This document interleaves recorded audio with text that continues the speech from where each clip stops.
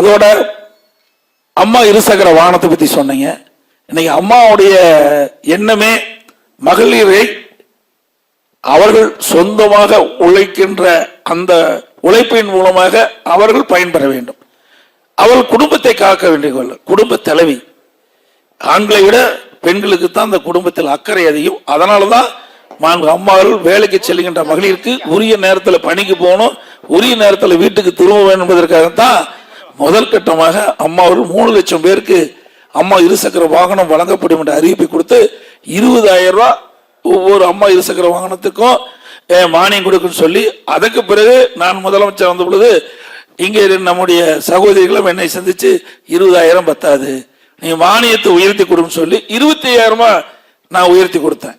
ஒரு அம்மா ஒருவருக்கு அம்மா இருசக்கர வாகனம் வேண்டும் சொன்னால் அதனுடைய விலையை உயர்த்தி கொடுத்தோம். அப்புறம் வயது நிர்ணயிச்சோம். அதுல என்ன நினைச்சாங்க, எங்களுக்கு இன்னும் ஒரு கூடுதலான வயதை நிர்ணயிங்க அப்படின்னு. அதையும் நாங்க கவனத்தில் எடுத்துக்கொண்டு அந்த வயது வரமையும் ஒரு குறிப்பிட்ட அளவு வயது வந்தவர்களுக்கும் இந்த அம்மா இருசக்கர வாகனத்திற்கு தகுதி உடையவர் என்று அறிவிப்பை வெளியிட்டு கிட்டத்தட்ட 3 லட்சம் பேர்ல நான் முதலமைச்சர் இருக்கின்ற காலத்திலே மாண்புமிகு பாரத பிரதமரை நேரடியாக அழைத்து வந்து கலைவாணர் அரங்கிலே இதற்கொண்டு விழா வச்சு முதற்கட்டமாக பெண்களுக்கு அம்மா இருசக்கர வாகனம் மானியத்தில் வழங்கணும். 2,85,000 பேர் கொடுத்தோம். அதுக்கு பின்னாடி இந்த அரசாங்கம் வந்து அதையும் கைவிட்டுட்டாங்க. மீண்டும் அதிமுக ஆட்சி நிச்சயம் உங்களுடைய துணையோடு மலரும். அப்படி மலர்கின்ற பொழுது இந்த அம்மா இருசக்கர வாகனம் தொடர்ந்து வழங்கப்படும் என்ற செய்தி இந்த நேரத்தில் தெரிவிக்கிறேன். அதே போல கிரில் உற்பத்தி செய்யறேன்னு சொன்னாங்க. இதுல சிறு குறு நடுத்துறையில் தான் இது வருது. இதையும் உரிய முறையிலே பரிசீலித்து இதில் என்னென்ன அரசாங்கம் செல்வதற்கு வாய்ப்பு இருக்கின்றோ அதையெல்லாம் சம்பந்தப்பட்ட இந்த துறை, ஏன்னா இது ஒரு சிறு குறு நடுத்தர துறையில பல இது இருக்குது, பல தயாரிப்புகள் இருக்குன, பல தொழில் இதில் உள்ளடக்கி இருக்குது. அதில் ஒண்ணுதான் கிரில். ஆகவே உங்களுடைய இந்த பகுதியில் கிரில் அதிகமாக உற்பத்தி செய்கின்ற தயார் செய்கின்ற பகுதியாக இருப்பதையெல்லாம் சுட்டி காட்டுகிறீர்கள். நீங்கள்லாம் கோரிக்கை வச்சிருக்கிறீங்க, மனுவாக கொடுத்துருக்கிறீங்க. இதையெல்லாம் பரிசீலித்து எது எங்களுக்கு சாத்தியமோ அதையெல்லாம் செய்து கொடுவதற்கு நான் முன்னுரிமை கொடுப்போம் என்று தெரிவித்து, அதோட இங்கே கூட தங்க நகை உற்பத்தியாளர்கள் வந்திருக்கிறாங்க. எங்களுக்கு முழு பாதுகாப்பு வேணும்னு கேட்டிருக்காங்க. அவர்களுக்கும் இந்த தங்க நகை தொழில் செய்கின்றவர்களுக்கும் பாதுகாப்பு வழங்கப்படணும்.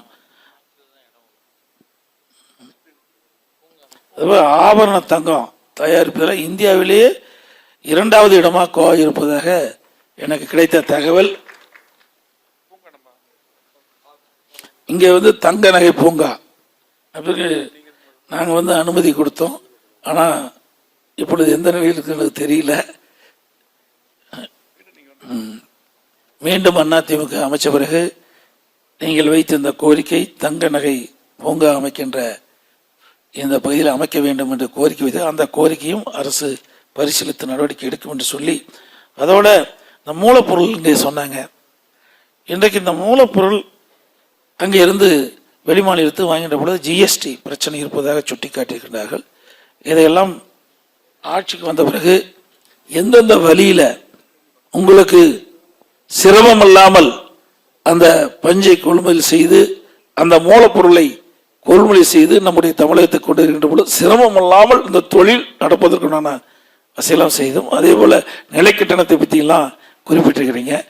ஈபியில் வந்து நிறைய பிரச்சனையை நீங்கள் எடுத்து சொன்னீங்க. பிரதான பிரச்சனை நீங்கள் சொன்னீங்க. நான் ஏற்கனவே தொடர்ந்து எல்லா கூட்டத்திலையும் சொல்லிட்டு தான் வந்தேன். 52% ஆனால் நீங்கள் 64% உயர்த்தப்பட்டதை சொன்னீங்க. அதுകൊണ്ട് ஆண்டுக்கு 5% உயர்த்தப்படும் சொல்லி இந்த வருஷம் கூட 3.5% உயர்த்தப்பதற்கு நான் வந்து பத்திரிகையில் செய்தி பார்த்தேன். அவை நிலை கட்டணம் என்பது அது அரசு எங்களுடைய அரசு அமைந்த பிறகு அதையும் பரிசீலிக்கும் என்பதை இந்த நேரத்தில் தெரிவித்து